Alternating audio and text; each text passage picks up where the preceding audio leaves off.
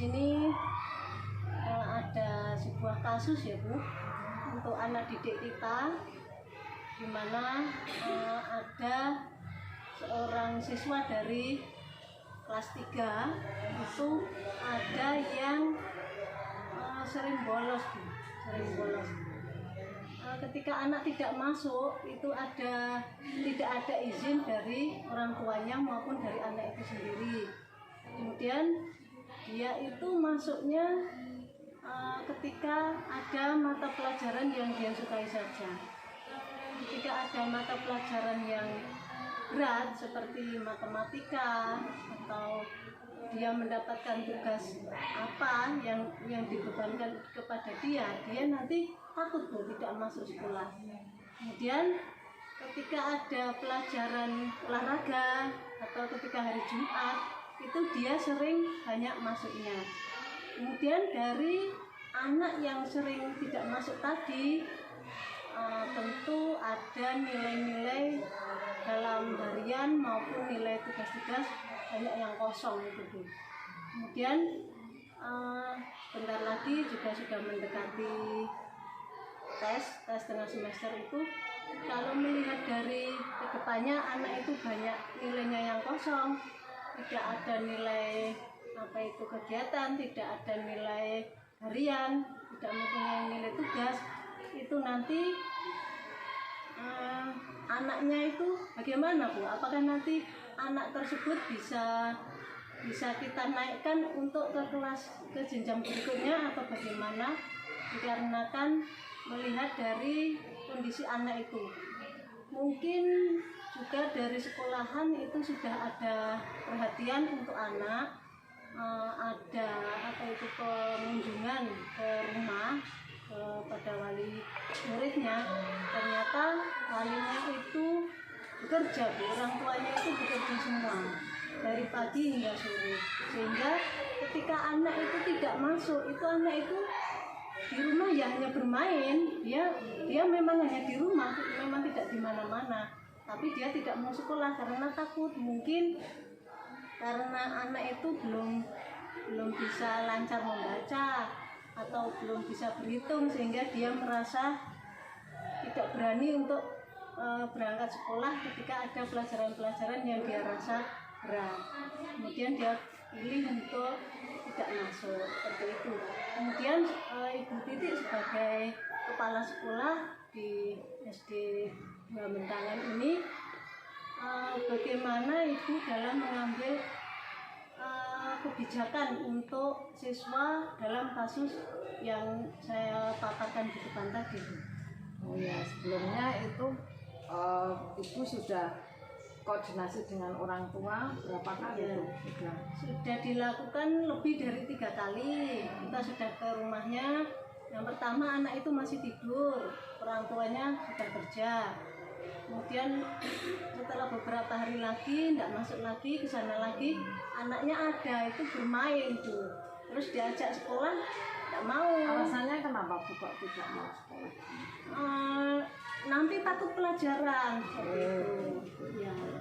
Jadi dia mungkin merasa tertinggal di antara teman-temannya. Jadi dia takut nanti kalau disuruh tidak bisa, atau pas nanti ada tugas dia tidak bisa, seperti itu.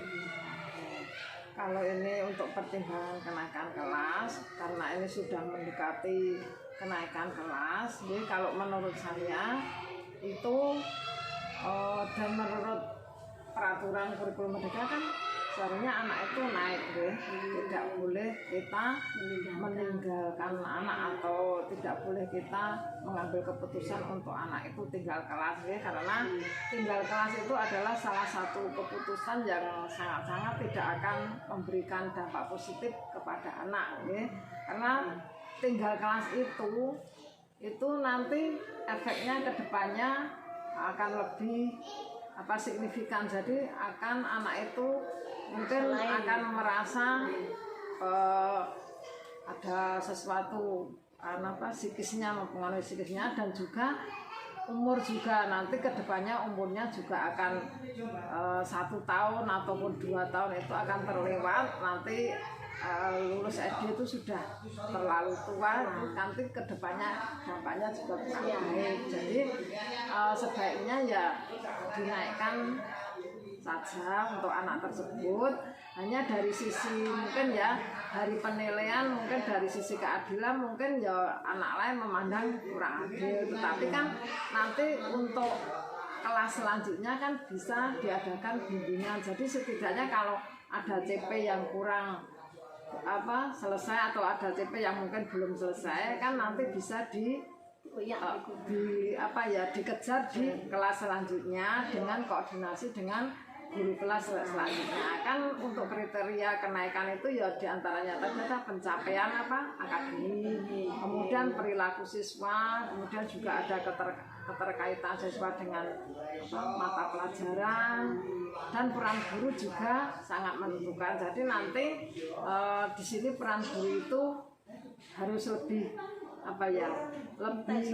intensif lagi, terutama di kelas selanjutnya, yaitu dalam proses pembelajaran mungkin guru bisa mengubah dengan metode lain daripada teman yang lain atau anak yang lain. Jadi nanti lebih bisa untuk meningkatkan kemampuan anak. Nah, dengan begitu anak nanti mungkin kedepannya tidak akan terganggu psikisnya. Jadi lebih baik ya dinaikkan saja, karena memang untuk tinggal kelas itu dampaknya tidak begitu baik untuk kedepannya. Tapi menurut saya lebih baik ya dinaikkan saja. Kemudian untuk nilai yang kosong itu bagaimana, Bu? Nilai yang kosong itu kan anak itu misalnya punya kelebihan apa, bakat apa, itu kan tidak harus lewat akademisnya. Jadi kita kurikulum Merdeka itu sekarang itu kan lebih ke potensi siswa lah. Yang berkaitan dengan potensi siswa bisa diambilkan dari keahlian siswa, itu bisa dimasukkan ke dalam nilai-nilai mungkin yang kurang itu bisa dinaikkan. Tidak harus sama dengan potensi siswa yang lain, karena mungkin dia kurang dalam sisi akademis tapi punya potensi yang lain yang lebih baik, itu bisa untuk mendongkrak anak itu untuk memperbaiki nilainya itu. Berarti nanti misalkan ini hanya misalkan dia kita naikkan ke tingkat jenjang berikutnya, kemudian di tingkat jenjang berikutnya misalnya dia seperti itu lagi, nanti bagaimana, Bu? Apa ya kita beri toleransi lagi karena ya keadilan itu tadi dan rasa kasihan kalau tidak naik dia nanti tua di SD atau bagaimana itu? Nah, kalau untuk kedepannya guru harus bisa merubah metode maupun merubah cara pendekatan ke anak. Nah, jangan menggunakan pendekatan yang seperti kemarin supaya tidak terjadi hal seperti kemarin. Jadi dengan pendekatan yang lain, kalau guru optimis, insya Allah nanti siswanya juga optimis. Jadi dengan pendekatan cara yang lain dalam menangani anak tersebut. Jadi supaya nanti pertama dicari dulu akar masalahnya, kenapa anak tidak mau sekolah, akar masalahnya apa dulu, apakah tadi takut ketinggalan atau sudah tertinggal jauh pelajaran. Otomatis kalau tertinggal jauh pelajaran kan bisa dikejar dengan tambahan pelajaran supaya nanti tidak ketinggalan. Saya karena akar masalahnya takut kepada gurunya, kita adakan pendekatan ke guru mana yang membuat takut, kita dekatkan, kita face to face supaya anak itu tidak takut lagi terhadap guru tersebut. Iya, Bu. Kemudian dalam mengambil keputusan tadi di kepala menyatakan apa itu dinaikkan ya, Bu, karena sudah hampir tes akhir. Anaknya itu juga umurnya kok saya lihat juga sudah lebih dari tua dari yang lainnya. Kalau nanti tidak dinaikkan kan kedepannya kasihan lagi tua di sekolahan.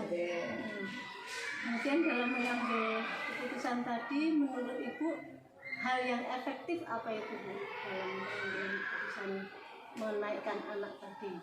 Ya tadi yang pertama tujuannya supaya anak itu kan lebih baik. Kita mengadakan pendidikan itu kan supaya anak lebih baik. Nah kalau tinggal kelas itu kan sesuatu yang tidak akan membuat anak lebih baik, tapi efeknya kan kedepannya anak itu akan semakin minder. Nah yang pertama tadi arahnya untuk meningkatkan anak supaya lebih baik. Kemudian yang kedua kemampuan anak juga supaya lebih meningkat. Dengan dinaikkan otomatis anak mungkin merasa terus bersemangat lagi, optimis lah. Jadi dengan begitu anak nanti di kelas berikutnya akan semakin optimis, tidak seperti kemarin lah. Yang ketiga juga supaya menghindari hal-hal yang kedepannya itu kurang baik bagi anak, terutama psikisnya. Kemudian apakah ada tantangannya ketika ibu mengambil keputusan untuk tetap menaikkan anak? Mungkin tantangannya dari teman-temannya, ya kadang dibully oleh temannya, tidak bisa apa-apa kok naik, itu kan mungkin dibully temannya, itu salah satunya itu. Kemudian tantangan yang keduanya yaitu komitmen guru untuk lebih intensif atau lebih bertindak, lebih intensif, lebih istilahnya lebih keras lagi, maksudnya lebih bekerja keras lagi, mungkin harus ditambah untuk pembelajaran kan tak nambahi pelajaran lagi, kemudian dengan metode inovasi guru itu diperlukan dalam hal ini. Jadi tantangannya itu guru harus lebih inovatif dan kreatif, tantangannya itu. Yang kedua mungkin dari teman-temannya lah untuk mengatasi itu.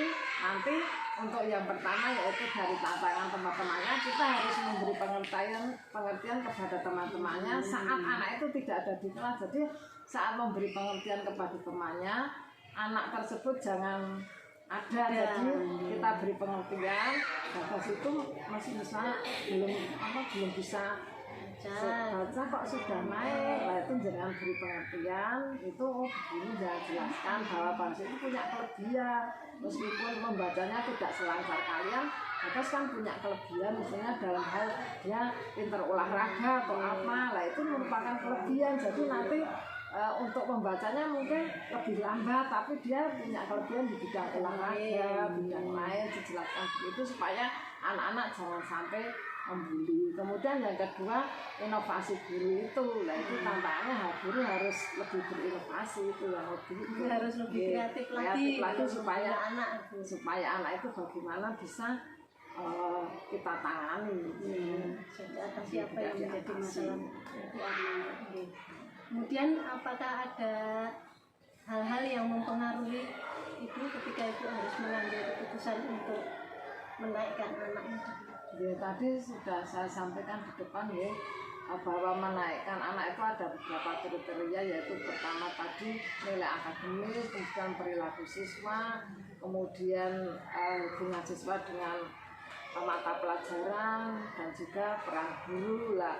Itu hal-hal yang perlu pertimbangan itu tadi lah. Saya mempertimbangkan perilaku siswa tadi dan hubungan siswa dengan mata pelajaran. Jadi siswa itu, perilaku siswa itu supaya nanti kedepannya itu tidak semakin kurang baik, makanya saya lebih memilih untuk dinaikkan.